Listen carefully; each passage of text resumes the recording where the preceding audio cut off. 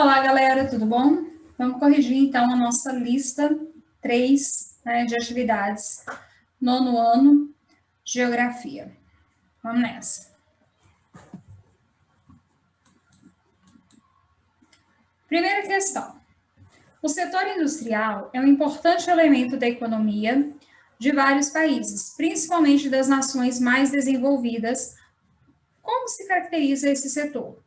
O setor industrial das indústrias é um dos principais elementos que move as economias dos países, principalmente dos países desenvolvidos, tá certo? Então, a indústria é o principal motor dessas economias, indústria têxtil, siderúrgica, indústria de mineração, indústria de extração de minérios, né? É a indústria alimentícia, o agronegócio, como no caso do Brasil, ok? Então, ele está perguntando para a gente aqui, em suma, como se caracteriza esse setor? O setor do quê? Da indústria. Então, como que ele se caracteriza? Emprego de muita tecnologia, produção em larga escala padronizada, normas de segurança, exportação para outros países, emprego de mão de obra especializada, tá? Tem outras questões também aqui que são importantes a gente ressaltar. Deixa eu pegar um negocinho aqui para a gente marcar. Só um segundinho. Ok. Então, olha só. A atividade industrial engloba um conjunto de atividades, tendo em mente, basicamente, um processo que visa transformar. Então, esse processo industrial, ele se caracteriza pela transformação da matéria-prima em um bem de consumo ou uma ferramenta para serviço, tá? Então, o processo industrial, ele se caracteriza por essa transformação da matéria-prima em um bem de consumo ou uma ferramenta. Essa também é parte da nossa resposta. Olha só. Tem mais aqui para a gente sublinhar. Então, olha só. Porque a atividade industrial se desenvolve, é necessário que um conjunto de condições sejam cumpridas, como a presença de mão de obra qualificada, a gente já falou, né? A presença de um mercado consumidor, isso aqui é importante falarmos, destacar na resposta, tá? Pessoas gerenciando esse trabalho, ela se caracteriza também por essa gerência de trabalho, além, né? Acho que só isso aqui mesmo. Essas outras questões aqui a gente não precisa colocar, tá? Isso aqui também não. Só o que foi sublinhado aqui, tá? Processo que visa transformar a matéria-prima em um bem de consumo ou ferramenta de serviço, presença de mercado consumidor, pessoas no gerenciamento do trabalho. Mais o que a gente já falou no slide anterior. Tá? Como a gente colocou aqui. Tranquilo? Esse aqui é um reprisando que está aqui. Então, essa questão, essa, aqui, emprego de muita tecnologia, larga escala de padronização, segurança na exportação para países, emprego de mão de obra especializada.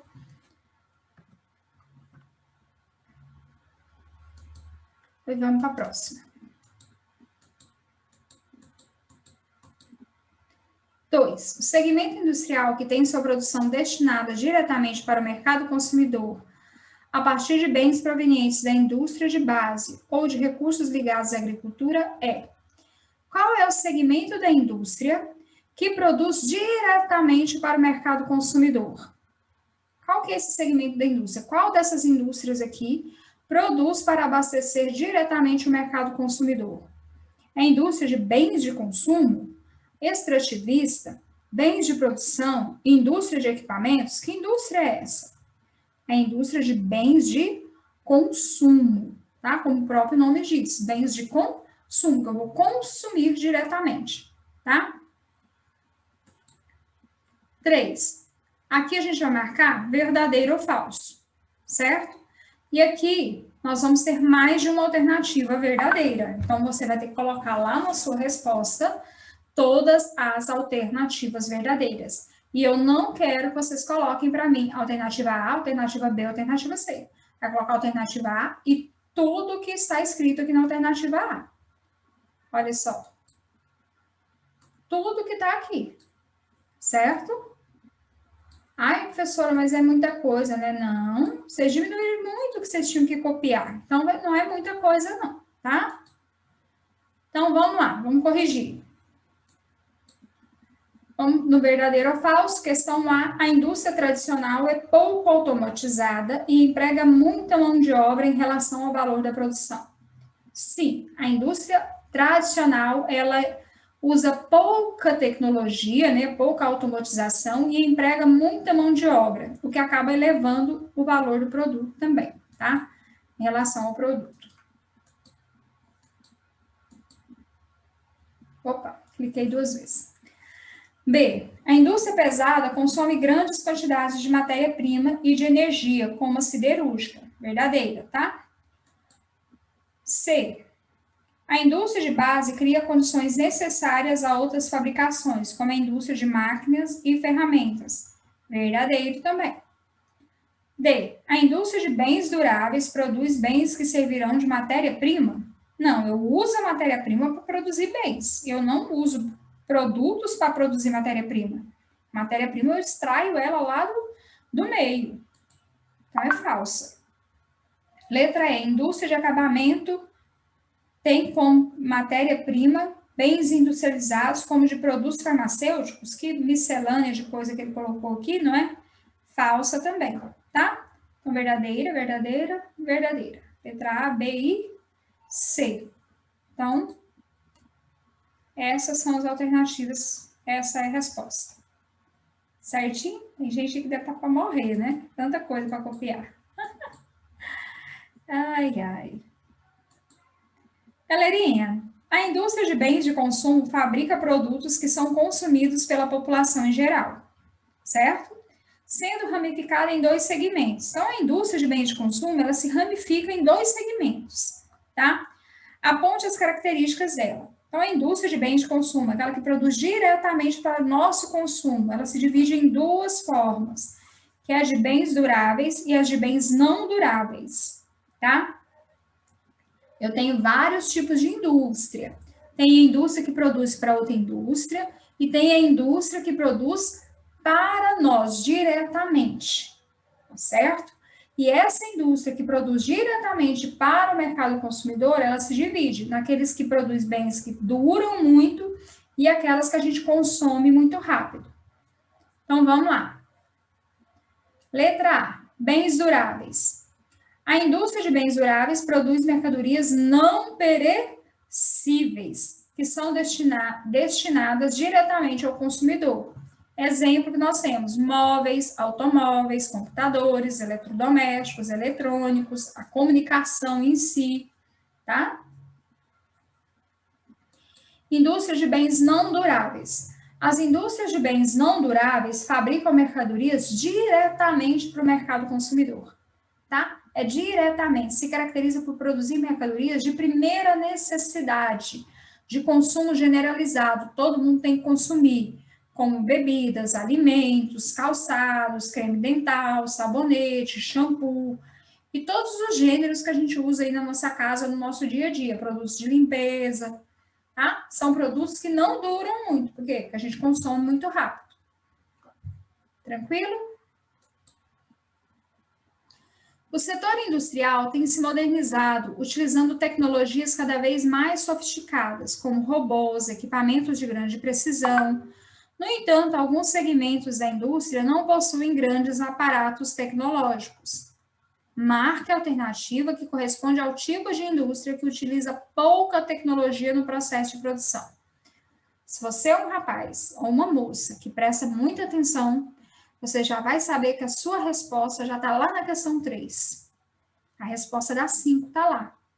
Qual é esse tipo de indústria que usa pouca tecnologia, que usa muita mão de obra? É a indústria tradicional. Ok, chegamos num ponto que merece um destaque, que merece a gente parar e refletir um pouco sobre os modos de produção. Professora, Ela está falando sobre industrialização, fala sobre indústria, agora fala de modo de produção. Que tanta coisa é essa, não é? Olha só. Industrialização é um processo em que eu pego a matéria-prima, processo ela e transformo num produto. Existem dentro da indústria vários tipos de indústria, como a gente viu. Tem a indústria de base, que pega a matéria-prima bruta ali e fabrica muitas vezes para sustentar as outras indústrias, como as indústrias de consumo. Dentro dessas indústrias tem que haver uma gerência, um modelo de produzir, uma forma de produzir, uma divisão de tarefas. E isso é chamado de modos de produção, certo? Esses modos de produção, eles não surgiram do nada. Não foi algo que foi acontecendo, não. Houve pessoas que pesquisaram, que estudaram e criaram esses modos de produção. E eles começaram a se difundir para outros tipos de fábricas. A primeira revolução industrial, que aconteceu na Inglaterra, século XVIII, aconteceu principalmente na indústria têxtil, indústria de tecido. A segunda revolução industrial é marcada pela indústria dos automóveis, tá? E daí que entra esses carinhas aqui, ó, Taylorismo, Fordismo, que é o Ford, e o Toyotismo, do Toyota.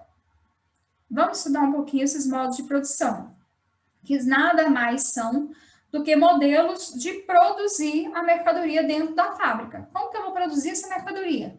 Eu vou começar como? Como que você começa a fazer uma receita de bolo, por exemplo? Você vai seguir a receita, tem todas as instruções, tem um passo a passo. E dentro das fábricas também tem um modelo para se produzir o produto. Ok? E é isso que a gente vai falar agora. Vamos definir esses modos de produção na visão de cada um desses. Valendo destacar, galera, que aqui não está na ordem certa, tá? Esse aqui veio primeiro. Esse aqui é o segundo modelo de produção, tá? Que copiou desse aqui, desse veio para esse. E esse aqui tá no terceiro lugar. Vixe, o 3 saiu catastrófico. Tá bom? Então, esse aqui é o último. Então, vamos lá, vamos ver como que funciona cada um deles, tá bom? Deixa eu limpar aqui os meus desenhos. E vamos nessa. Eu vou pular o Ford e vou aqui para o Taylorismo, tá? Eu quero que você mostre, vou falar para vocês as principais características do sistema taylorista. As principais características do Taylor, né, do Taylorismo. Substituição do método empírico pelo método científico. Professora, o que é método empírico, Jesus? Método empírico é um método, vamos dizer assim, popular. É aquele método que passa de pai para filho, sem conhecimento científico, sem muita tecnologia. É um conhecimento popular. Eu sei como é que faz. Como é que faz o bolo tal? Ah, você põe tanto disso, tanto daquilo, mas não tem uma receita escrita, não tem um passo a passo. Você taca tudo lá e mistura e vai dar certo. Isso é um método empírico, tá? Só que o Taylorismo, ele vai substituir esse método, que vem passando de pai para filho de conhecimento, por um método mais científico, mais administrativo, com mais objetivos e finalidades para serem alcançadas. Depois, divisão e hierarquização das tarefas. As tarefas agora começam a ser divididas. Lembra? A primeira revolução industrial, nós estamos saindo do sistema artesanal, da manufatura, daquele processo em que uma pessoa pegava o tecido, cortava esse tecido, costurava, fazia a roupa e vendia. Agora não, eu começo a dividir essas tarefas dentro da fábrica. Cada um vai fazer um trabalho. Um vai tecer o tecido, o outro vai cortar esse tecido, o outro vai costurar cada partezinha dessa roupa, certo? Aumento de salários e diminuição de carga horária. No início da Revolução Industrial, a média de trabalho era 14 horas por dia. Salários eram baixíssimos, contratava-se muita mulher, criança, e pagava míseros tostões a elas, certo? Era um trabalho totalmente irreconhecido, né? Sem qualificação. Dinâmica de promoção e gratificação do trabalhador. Fez o trabalho, rendeu o seu trabalho, produziu muito, você vai ser gratificado. Criação de postos de gerência, né? Gratificou, conquistou um espaço, fez vamos dizer assim, conseguiu conquistar o chefe, vou conquistar agora um cargo de gerência. Você pode melhorar dentro dessa fábrica. Então, as ideias do Taylor acabaram por influenciar esse carinha aqui, ó, o Henry Ford, que foi criar, então, o Fordismo, certo? Quais as principais características de Ford? Ele se inspirou no Taylor e ele começou, então, o aprimoramento de uma linha de montagem de produtos. Ele vai usar o processo da esteira, onde eu vou produzir muitos produtos nessa esteira aqui, tá? Os produtos vão passando e eu vou ter um funcionáriozinho, né, para cada um desses produtos. Cada um desses funcionários vai fazer uma tarefa nesse produto que está passando nessa esteira. Pouca exigência de qualificação dos operários, eu preciso só bater o prego aqui, eu preciso só apertar o parafuso aqui, eu preciso só passar uma tinta aqui, ou escrever alguma coisa. Então, pouca exigência. Divisão de tarefas referentes ao processo produtivo, dividiu bastante. Repetitividade, porque um funcionário vai fazer o mesmo trabalho, mesmo trabalho, mesmo trabalho. Trabalho em cadeia, trabalho contínuo, certo? Então, essas são as características do Fordismo. Lembra da Coca-Cola lá na outra atividade? Vamos para a última? Toyotismo, do Enji Toyota. Tá? Esse aqui foi difundido já aqui ó, no finalzinho do século XIX, 1970, após sua aplicação pela fábrica Toyota. Quais suas características? Flexibilização just in time. Lembra lá do time, né? Produzir num tempo hábil, sem gasto, sem acúmulo de estoques, tá? Eu vou produzir se realmente eu tiver demanda, se realmente eu tiver pedido. Eu não vou produzir em larga escala como o Ford produzia, que tinha os seus, vamos dizer assim, os pátios da fábrica cheios e abarrotados. Não, agora eu vou produzir de acordo com a demanda. E, a partir disso também, eu vou ter uma mão de obra qualificada e multifuncional, vou tentar diminuir a demanda de funcionários, então vou ter funcionários que consigam fazer várias tarefas, certo? Justamente para reduzir os gastos, não é? Nessa fábrica aqui, porque eu não estou produzindo em larga escala como eu produzi. Então, eu preciso de um funcionário que faça tudo, que esteja aqui sempre disponível. Foco em gestão de qualidade, certo? Existe o selo de qualidade, né, que muitos produtos têm, que recebem, então ele focava nessa gestão de qualidade aqui, na produção de qualidade dentro da sua fábrica. Utilização de métodos de gestão à vista, né, então ele queria que as oportunidades estivessem, vamos dizer assim, à vista, né? Análise das demandas no mercado, o que o mercado está pedindo, que produto que eu vou produzir, o mercado vai consumir, vai ser bem aceito por esse mercado. Então, o toyotismo veio mudando totalmente a visão, tá? Então, aqui nós chegamos no final das nossas atividades de hoje. Não esqueçam de deixar o nome de vocês no comentário, certo? Coloca o nome, a série, eu vou estar anotando aqui a participação de vocês. Tranquilo? Beijão, fica com Deus, tchau, tchau.